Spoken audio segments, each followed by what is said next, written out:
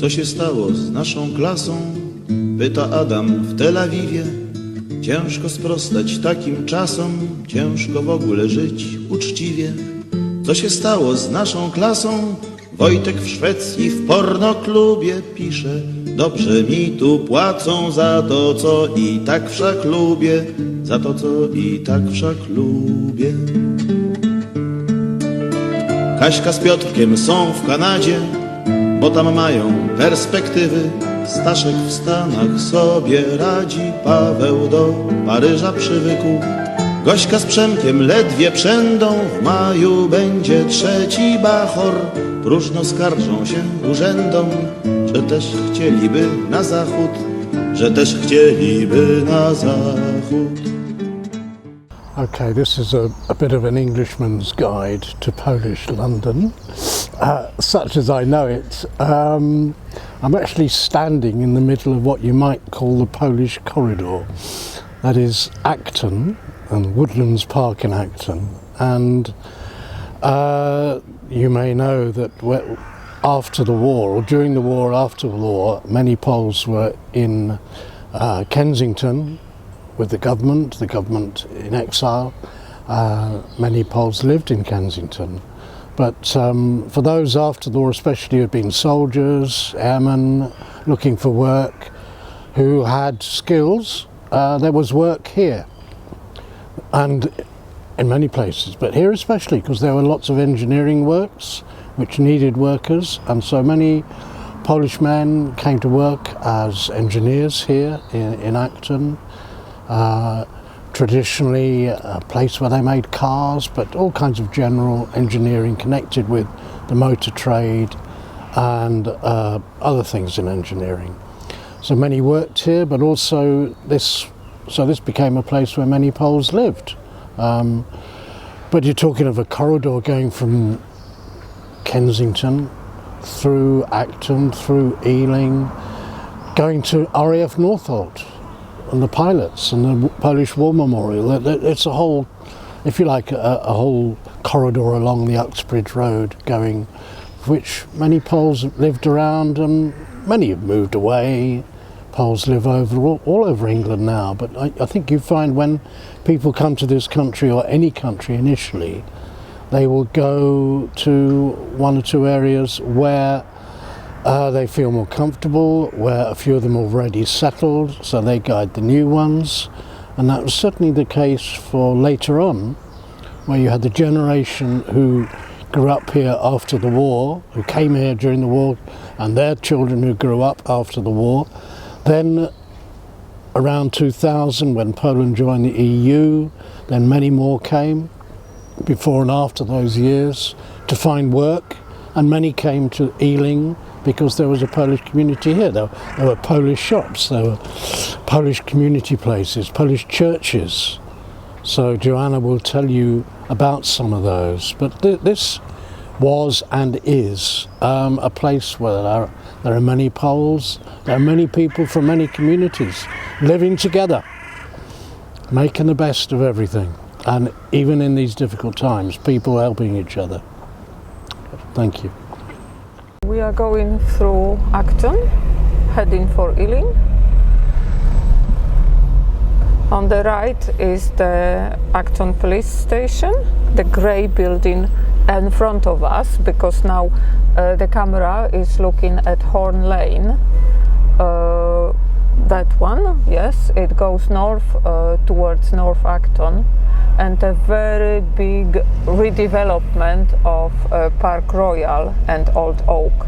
Now we are crossing Ealing Common, and on our left, you don't need to move the camera, is Leopold Road, where we were earlier filming the Polish Underground Movement Study Trust. And so Ealing Common, the open ground, many commons, like open ground parks around the country, because originally when these were villages, this was the shared ground for the village, where they had cattle, when some fairs and festivals were held where they flew kites. So luckily they are now preserved as pockets of green, so important in the urban environment. And heading for Ealing Broadway, we are now approaching one of the churches, Anglican churches, that gave the place, the venue for Polish services after the war. So among this row of houses, there is St. Matthew's Church. So it's an Anglican church, and the Ealing Polish Catholic parish used it for the masses for quite a number of years, between 1967 and 1986.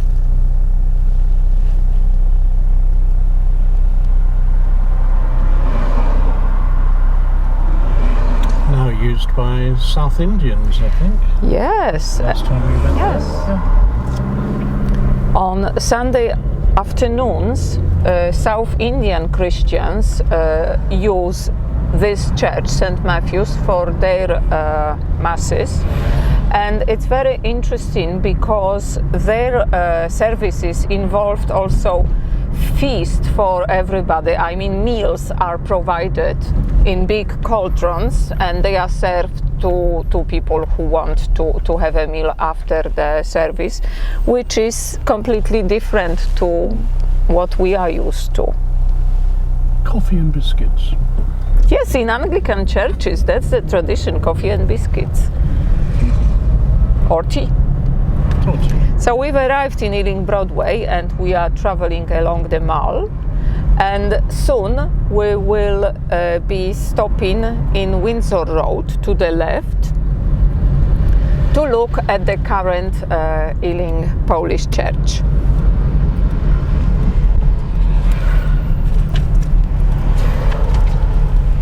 So Polish Roman Catholic Church in Windsor Road was bought in 1984 and consecrated in 1986. In 1989, Lech Wałęsa, the Polish president, attended Mass at this church.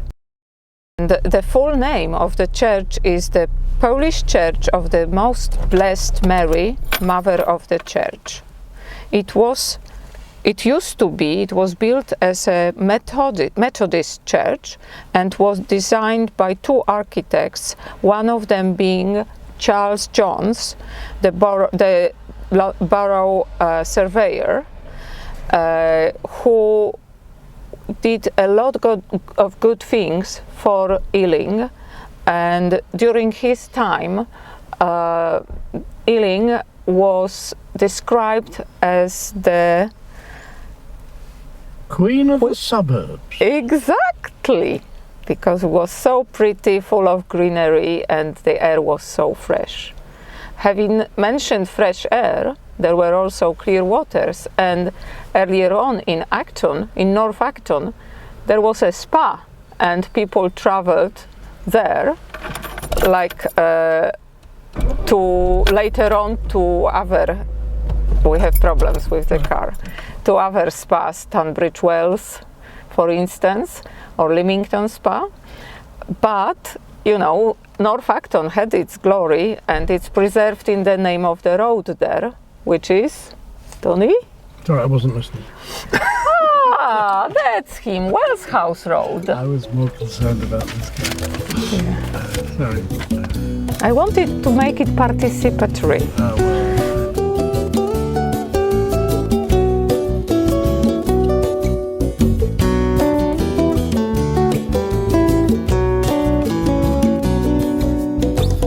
Kiedy przyjdzie dzień, że zawołasz mnie, to ja powiem mojej żonie, ona pójdzie też. To ja powiem mojej żonie, ona pójdzie też.